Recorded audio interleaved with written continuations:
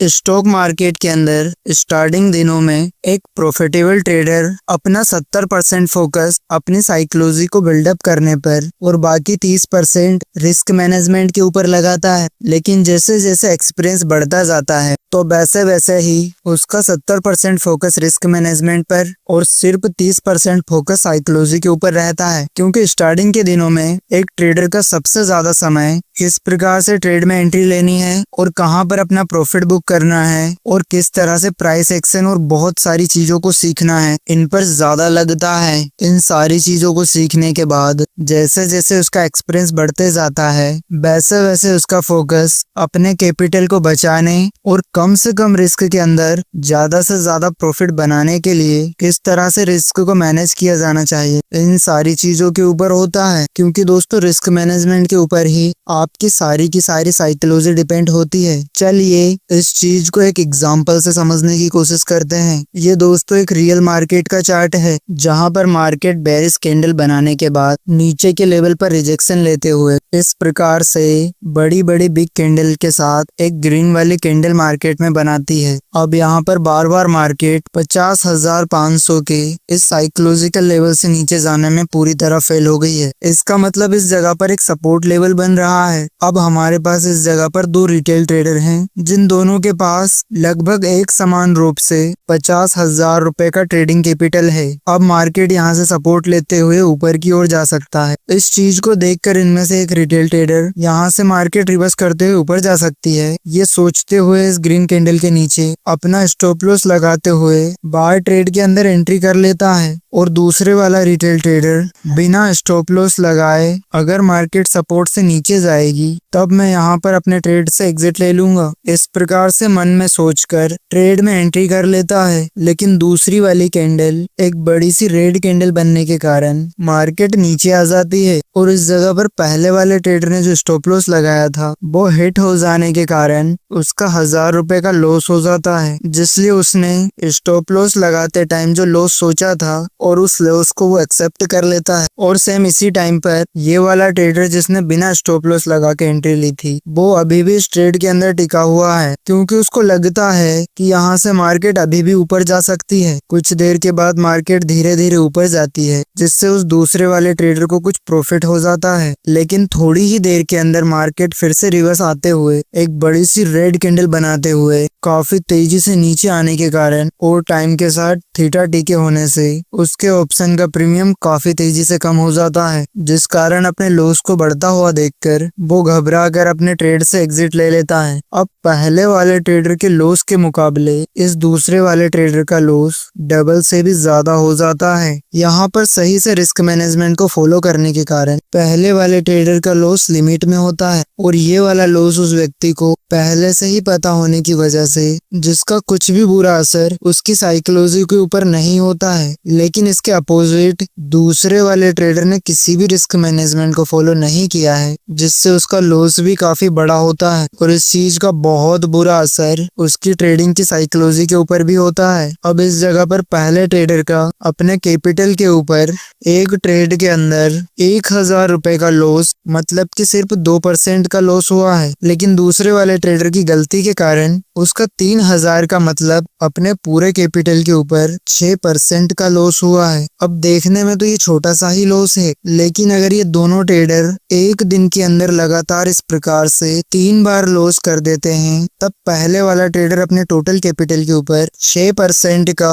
मतलब कि 3,000 रुपए का लॉस करेगा और दूसरे वाला ट्रेडर 3 ट्रेड के अंदर कुल मिलाकर 18% यानी 9,000 रुपए का लॉस कर देगा और इससे भी ज्यादा का लॉस कर सकता है, जो कि उसके टोटल कैपिटल के हिसाब से बहुत ही ज्यादा बड़ा लॉस है, जिस कारण इसको रिकवर करना बहुत ही ज्यादा मुश्किल काम है। और दोस्तों इस वाले लॉस के कारण दूसरे वाले ट्रेडर का जो साइकोलॉजिकल लेवल से लॉस हुआ है वो इस कैपिटल के लॉस से भी बहुत ज्यादा बड़ा है। लेकिन अब हमारे दिमाग में सवाल ये आता है कि हम अपनी साइकोलॉजी को स्ट्रॉन्ग करने के लिए किस प्रकार से अपने रिस्क को मैनेज कर सकते हैं। चलो थोड़ा सा इसके बारे में जानते हैं। अपने लॉस को कम से कम कम या फिर एक लेवल तक सीमित रखते हुए अपने प्रॉफिट को लॉस से काफी ज्यादा बड़ा बनाना, इसी चीज को हम रिस्क मैनेजमेंट कहते हैं। और ये कोई भी रॉकेट साइंस नहीं है, जिस कारण से सब्जेक्ट को और ज्यादा कॉम्प्लिकेट करने की कोई ज्यादा जरूरत नहीं है। आपको सिर्फ अपने लॉस को कम से कम रखने पर फोकस करना पड़ता है। अब इस चीज को करने के लिए ट्रेडिंग के अंदर कुछ सिंपल सी टेक्निक को आपको फॉलो करना पड़ता है। चलो इसको थोड़ा सा 1 बाय 1 समझते हैं। Point number 1, proper risk to reward ratio. इस मार्केट के अंदर नीचे से सपोर्ट लेते हुए ऊपर जाती है और ऊपर से फिर से वापस उसी सपोर्ट के पास आकर एक ड्रैगन फ्लाई डोजी या फिर लॉन्ग लोअर बिग वाली कैंडल चार्ट के ऊपर बनती है। अब दोस्तों ये कैंडल सपोर्ट एरिया के पास बनी है, इसलिए प्राइस एक्शन के हिसाब से एक बुलिश सेटअप माना जाता है। अब इस चीज को देखकर आप अगर बाय ट्रेड के अंदर एंट्री करने के लिए इस वाली कैंडल के नीचे अपना स्टॉप लॉस लगाते हुए 1:1 के रिस्क रिवॉर्ड रेशियो को फॉलो करते हैं, तब आपकी ट्रेडिंग की एक्यूरेसी कम से कम 60 से 70% होनी चाहिए, तभी जाकर आप प्रॉफिट बना पाएंगे। इसका ये मतलब है कि अगर आपके पिछले 10 ट्रेड में से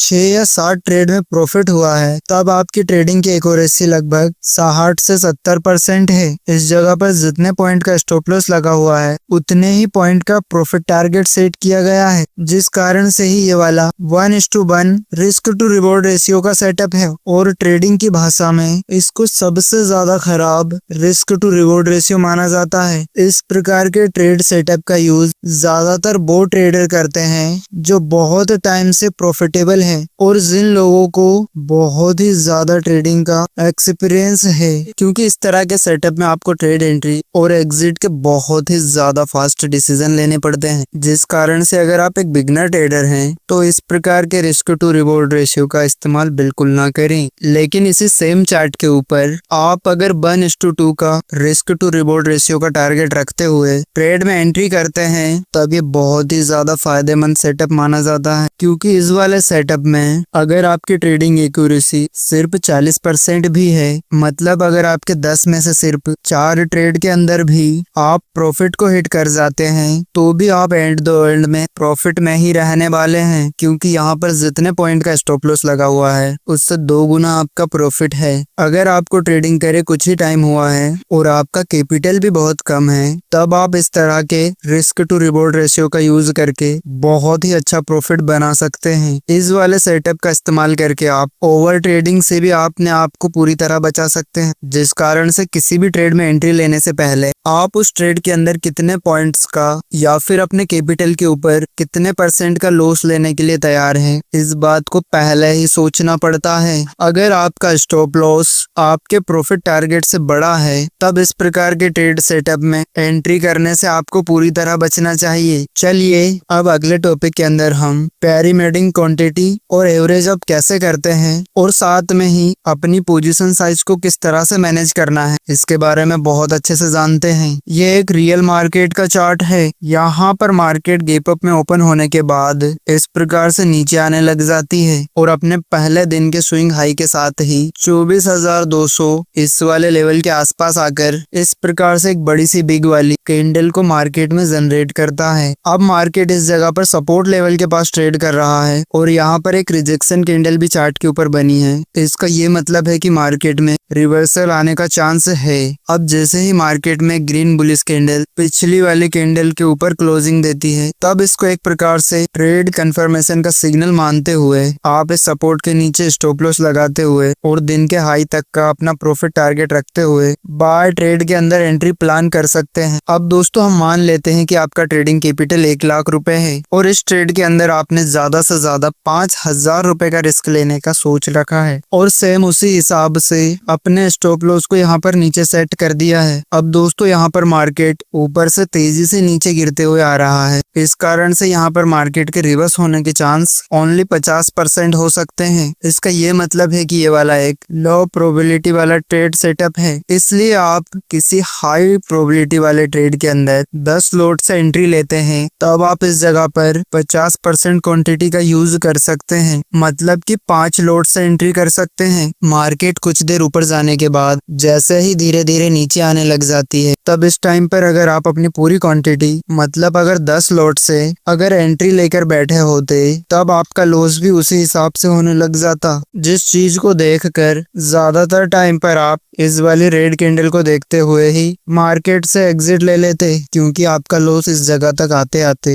लगभग 3,000 रुपए के आसपास हो चुका है, जो कि 5,000 के थोड़े से ही पास है, जिस कारण इसको देखकर आपका माइंडसेट और आपकी साइकोलॉजी 5,000 में से बाकी बची हुई 2,000 रुपए को बचाने के लिए जैसे ही आपका लॉस 3,000 तक जाता है, आपको इस ट्रेड से एग्जिट लेने का सिग्नल दे देती है और आप सेम इसी प्रकार से रिएक्ट करते हुए स्टॉप लॉस हिट करने से पहले ही ट्रेड से एग्जिट ले लेते हैं। अगर आपके साथ भी ऐसा ही होता है या फिर इसके पहले कभी हुआ है तो आप कमेंट में जरूर लिखें। अब ऐसी स्थिति से निपटने के लिए आप क्वांटिटी पिरामिडिंग और एवरेज आप इन टेक्निक्स का यूज कर सकते हैं। आपके हिसाब से ये वाला एक प्रकार से लो प्रोबेबिलिटी वाला सेटअप है, इसीलिए आप इस कैंडल के बाद अपनी पूरी क्वांटिटी से एंट्री ना लेते हुए सिर्फ 50% क्वांटिटी से मतलब कि 5 लॉट से यहाँ पर बाय ट्रेड के अंदर एंट्री कर सकते हैं। यहाँ पर आपका प्रॉफिट का टारगेट और स्टॉप लॉस दोनों पिछली बार की तरह ही होने वाले हैं, सिर्फ आपकी लॉट साइज कम हो चुकी है। जैसे ही मार्केट आपके अगेंस्ट जाते हुए इस प्रकार से नीचे की ओर आती है, तब इस जगह पर आपको सिर्फ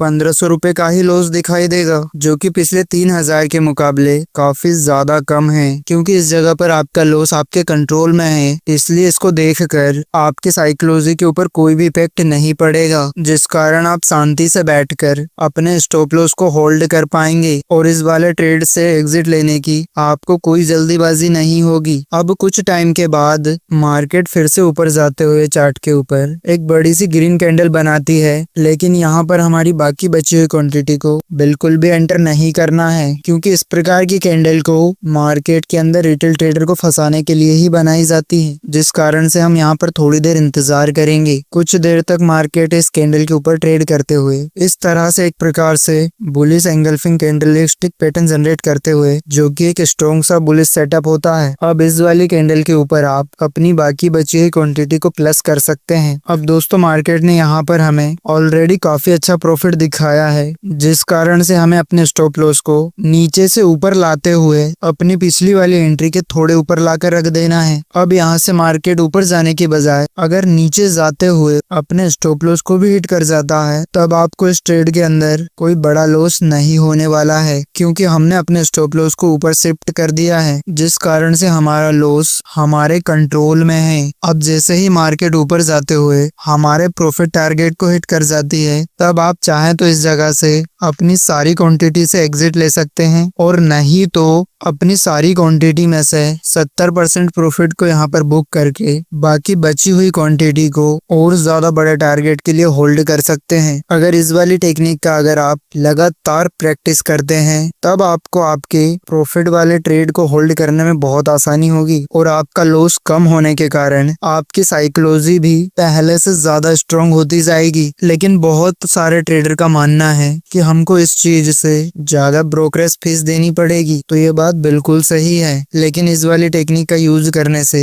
आपके बड़े लॉस होना बंद होने के कारण उसके सामने आपका छोटा सा ब्रोकरेज कुछ भी नहीं है। इसके बाद एक बहुत ही ज्यादा इम्पोर्टेंट पॉइंट या फिर प्रैक्टिस आपको मैं बताता हूँ। हम मान लेते हैं कि आपका ट्रेडिंग कैपिटल अभी 50,000 रुपए है और आप एक हफ्ते के अंदर 5 दिन ट्रेड करते हैं। अब पहले दिन के ट्रेडिंग के अंदर आपको ब्रोकरेज और बाकी सारे चार्जेस काट के लगभग 5,000 का प्रॉफिट हो चुका है। तब आपको इस वाले प्रॉफिट में से लगभग 50% अमाउंट को अपने ट्रेडिंग अकाउंट से सीधा विड्रॉल कर लेना है। अब दूसरे दिन आपके पास 52,500 का कैपिटल अवेलेबल होगा। अगर यहाँ पर आप फिर से प्रॉफिट करते हैं, तब फिर से आप इस वाले प्रॉफिट का 50% विड्रॉल कर ले। लेकिन तीसरे दिन अगर आपको लॉस हो जाता है, तब आपको इस दिन कोई भी अमाउंट नहीं निकालनी है और ना ही फिर से आपको ट्रेडिंग अकाउंट में डालनी है। अब इस वाली प्रैक्टिस को अगर आप लगभग 1 महीने तक फॉलो करके देखते हैं, तब आपको आपका मनी मैनेजमेंट इंप्रूव होते हुए दिखाई देगा, क्योंकि जिस दिन आप लॉस करते हैं उसके दूसरे दिन जब आप ट्रेडिंग करने की शुरुआत करते हैं, तब उस दिन आपके पास पिछले दिन के मुकाबले कम कैपिटल होने की वजह से आप अपने पिछले वाले लॉस को रिकवर करने के लिए बड़े कैपिटल के साथ बड़ी क्वांटिटी के अंदर रिवेंज ट्रेडिंग नहीं कर पाएंगे और ओवर ट्रेडिंग से भी पूरी तरह बचे रहेंगे, जिसका सीधा सीधा असर आपकी ट्रेडिंग की साइकोलॉजी और आपके माइंडसेट को स्ट्रॉन्ग करने में होगा। सेम इसी प्रकार की छोटी छोटी बातें आपको एक प्रकार से